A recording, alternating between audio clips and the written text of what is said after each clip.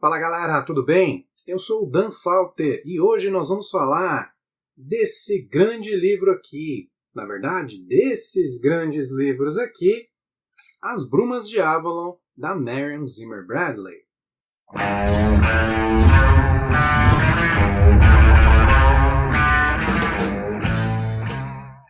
E As Brumas de Avalon é um livro escrito em 1979, ano do meu nascimento, mas que foi publicado lá fora em 1982. E ele se passa mais ou menos no século V, século VI, e retrata as famosas lendas arturianas.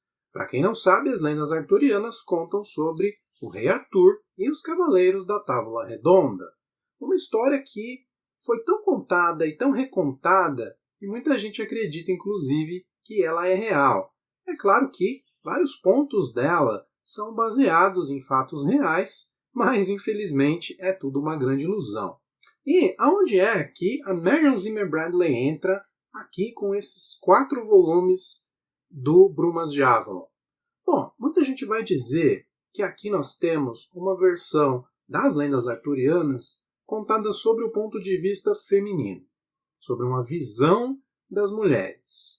Bom, isso não está totalmente incorreto, já que sim, a gente vai ter aqui a visão de várias mulheres. Mas o que eu acho realmente é que esses livros contam não a história do rei Arthur, mas a história de Morgana. Sim, se você não está familiarizado com o nome, Morgana é, em várias versões dessa lenda, a bruxa terrível que é a grande inimiga do rei Arthur. Mas aqui no Brumas, a Marion deu uma nova versão para ela. Ela, inclusive, é a irmã, meia-irmã, do Arthur. E o papel dela nessa história é talvez o maior de todos, maior até do que o do próprio rei. E como essa obra é muito grande, eu vou fazê-la em 2 partes. Tá? A primeira parte, que é essa aqui que você está assistindo agora, eu vou dar uma passada geral na história, vou comentar sobre o conteúdo de cada livro. E na segunda parte, que vai ter spoilers, eu vou me aprofundar um pouquinho mais nos temas e nas coisas em que o livro trata, não apenas na história. Beleza? Então, para a gente começar, eu vou falar para vocês aí, dar um overview do que você vai encontrar em cada um dos livros. Começando pelo primeiro livro, que é A Senhora da Magia. Tá? Nesse livro aqui, nós vemos Morgana ainda como uma criança. Então, quem é que vai ser a personagem principal desse livro? A mãe de Morgana, Igraine. Mas, além de Igraine, 2 outras figuras vão ser conhecidas logo de cara nesse livro, que são as 2 irmãs dela. A Morgause, que é a irmã mais nova, e a Viviane, que é a irmã mais velha. E a Viviane é muito importante para essa história, porque ela é a Senhora de Avalon, a Senhora do Lago. Você deve se lembrar de várias versões aí do rei Arthur, onde ele recebe a espada Excalibur da Dama do Lago. Ela se ergue, a gente vê normalmente apenas uma mão entregando a espada. Em outras versões, ele retira essa espada de uma pedra. Bom, aqui no Brumas não é nenhuma dessas 2. Né? Ele acaba recebendo essa espada de uma outra fonte. E o que vai ser importante não é a espada, mas sim a bainha. Mas a gente vai falar disso mais para frente. Importante aqui também que Igraine é vítima das manipulações de Viviane e de Taliesin. Taliesin é o mago Merlin, também muito conhecido das lendas arturianas. Só que Merlin aqui não é o nome dele, mas sim o título. Tá? O Merlin é o druida, é a autoridade máxima após a Senhora do Lago. Então trata-se de uma religião matriarcal e isso vai ser muito importante na história. Mas, como a gente ia dizendo, Viviane arma o casamento entre a irmã Igraine, que é uma mulher muito linda, com o duque da Cornualha, o Gorlois. E desse casamento nós temos Morgana. Mais para frente, Viviane tem uma visão. E nessa visão ela enxerga o futuro rei da Bretanha, o grande Arthur. E para que esse rei não seja um rei cristão, já que o cristianismo está chegando à Grã-Bretanha e ela quer impedir isso, ela quer manter a religião dela, ela faz mais uma armação para que o Pendragon, o atual rei, se apaixone por Igraine. Sim, aquela Igraine que já está casada, e a Igraine vai acabar tendo que dar um jeito de resolver isso daí, já que ela vai ser mãe também do Arthur. Nesse livro também a gente vai ter Morgana tornando-se adolescente e indo para Avalon, onde ela vai ser treinada como sacerdotisa. Então veja só que, em muitos casos, em muitas histórias, Morgana é mostrada como uma bruxa. Aqui ela é mostrada como uma sacerdotisa, como alguém que faz parte de uma religião que tem lá os seus poderes mágicos, mas que está longe de ser uma criatura maligna. Tá? Muito pelo contrário, Morgana é uma agente que, para essa religião, do ponto de vista deles, é uma agente do bem. Prosseguindo então para o segundo livro dessa quadrilogia, que é A Grande Rainha. E nesse livro aqui nós vamos conhecer Guinevere, sim, a famosíssima esposa do rei Arthur, que aqui a Marion trata como Gwenwyfar.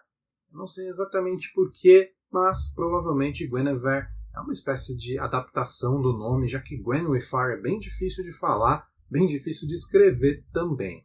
Mas a Gwenwyfar ela é uma mulher que viveu sua vida isolada dentro dos muros de um castelo e é praticamente dada ao rei Arthur como dote.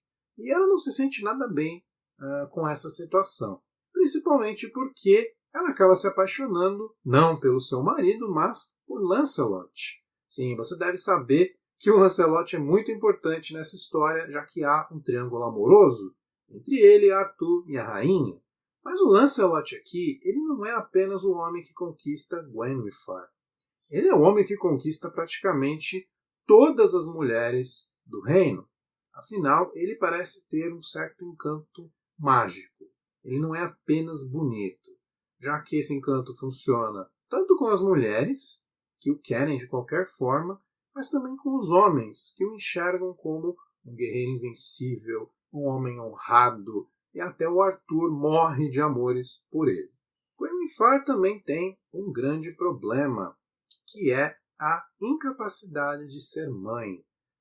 Logo após o casamento, ela começa a tentar engravidar, já que naqueles tempos era muito importante que o rei tivesse um herdeiro, e Gwenwyfar se sente muito culpada por não conseguir dar esse filho ao rei Arthur. Aliás, culpa é talvez o sentimento que melhor define Gwenwyfar, já que ela se sente culpada por não dar esse filho ao rei e ela também se sente culpada por não amar o rei propriamente dito, mas sim Lancelot. Então ela é uma personagem bastante interessante, mas por outro lado ela é uma personagem que chega a ser irritante. Ela é extremamente carola e é totalmente o oposto de Morgana.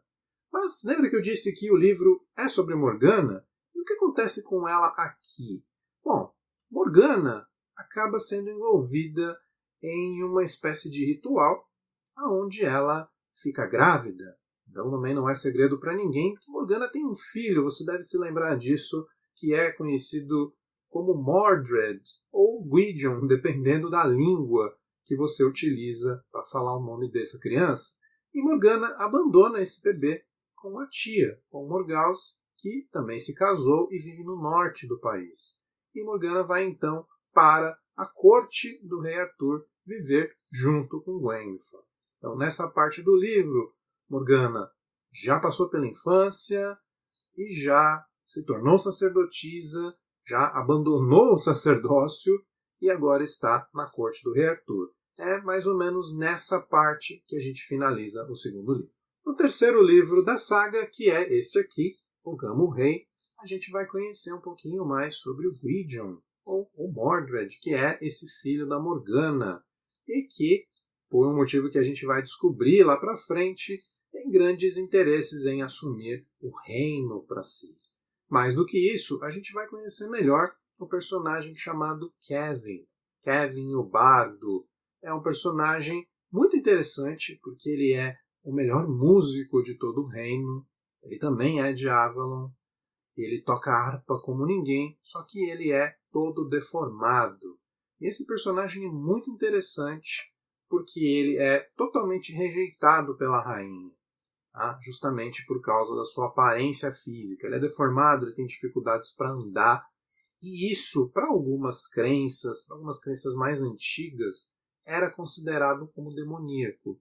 Então, as pessoas que tinham corpos perfeitos e mais beleza eram angelicais, eram divinas, enquanto as pessoas ditas feias e deformadas eram más, eram pessoas associadas ao demônio. E isso é muito bem mostrado aqui pela reação da rainha. A rainha tem um completo desprezo, um nojo até por ele, porque ele representa tudo isso. E lembre-se, Gwennifer é extremamente carola. Ela faz tudo sobre essa nova religião que está chegando na Bretanha. E o Kevin, para piorar, ele representa a antiga religião, o paganismo. Então eles são praticamente grandes inimigos. E Morgana? Bom, Morgana não apenas tem um envolvimento romântico com Kevin, já que ele acaba sendo uma pessoa carinhosa, mesmo com todos esses defeitos físicos, ele tem outras qualidades que Morgana enxerga e eles acabam se envolvendo. E Morgana resolve também dar uma forcinha para Arthur, já que Lancelot e Gwennifer estão perigosamente envolvidos e todo mundo já está comentando sobre o envolvimento dos dois e que não fica bem para o rei ter a sua rainha associada a um dos seus cavaleiros. Então Morgana acaba bolando um plano e ela consegue casar Lancelot com uma prima de Gwennifer, a Eliane. Com isso ela retira Lancelot da corte. Isso vai deixar Gwennifer extremamente abalada e ela vai acabar se vingando e casando Morgana com um homem velho de Gales. Então, no final desse livro aqui, nós temos vários casamentos, nós temos algumas mortes também. E eu vou comentar já agora que dos 4 livros, eu acho que esse daqui é o melhor, é o que tem o melhor ritmo, as coisas já estão todas bem estabelecidas, a gente já conhece bem os personagens, e quando as coisas vão acontecendo, a gente vai pensando assim, nossa, não acredito, caramba, que legal, então aquilo que foi feito lá atrás gerou isso, a gente vai vendo todas as costuras feitas pela autora. Então, dos 3 livros, esse daqui é o melhor de todos. Chegamos então ao último livro dessa saga, que é O Prisioneiro da Árvore. Prestem atenção a esse título, porque ele pode parecer metafórico a princípio, mas lá para frente a gente vai descobrir que o Prisioneiro da Árvore é algo literal. Quando eu fiz a leitura, eu imaginei que esse título se referia a Arthur, mas, não dando um spoiler, ele se refere a outra pessoa. Aqui no final a gente vai ver que Arthur se tornou um rei cristão, muito influenciado por sua esposa Guinevere, e então Morgana se sente traída, já que Avalon ajudou a colocar Arthur no trono. E eles esperavam que Arthur governasse para todos, que ele não impusesse a nova religião, que ele não só não impusesse, como ele ainda preservasse os costumes antigos. Mas não é por uma série de fatores o que acaba acontecendo. Então aqui a gente vai ter a queda do rei Arthur, já que uma hora o rei tem que cair. E se você já leu as lendas arturianas, você sabe que o destino de Arthur não é realmente o mais generoso, por assim dizer. E os responsáveis acabam sim sendo a própria Morgana e, claro, o filho dela, o Mordred. Nesse livro também nós temos a definição do que acontece entre Lancelot e Guinevere. Eles também têm aí um final bastante interessante. E a gente já teve algumas definições no terceiro livro, como eu já disse. Algumas mortes, alguns nascimentos, casamentos, uniões políticas. E quando você chega ao fim do livro, você tem aquela sensação de ter lido uma excelente obra. Apesar de alguns altos e baixos, como por exemplo no primeiro livro, que é um pouquinho arrastado, você demora um tempinho para pegar no tranco, mas depois que você finaliza, a obra toda é muito legal. E aqui nessa final de primeira parte, eu vou aproveitar para deixar vocês com a nota, a nota que eu vou dar para essa obra aqui, para esses 4 livros espetaculares. A nota é 4,5. Por que meio ponto? Por causa do ritmo de leitura, que em alguns pontos é cansativo. Algumas horas tem algumas descrições um pouco a mais, mas isso vai de gosto. Mas que eu poderia enxugar um pouquinho a história, ainda assim é uma história maravilhosa. Muito difícil de ser escrita, já que a gente tem que pensar que são quase 1000 páginas de texto. Então é um 4,5, mas é um 4,5 bem dado. Então, galera, essa foi a primeira parte do nosso vídeo sobre Brumas de Avalon. Fique por aí, porque semana que vem você vai ver a segunda parte, onde eu vou discutir com mais detalhes as partes técnicas dos livros e os assuntos que são discutidos aqui com mais profundidade, beleza? Um abraço para todo mundo e até mais!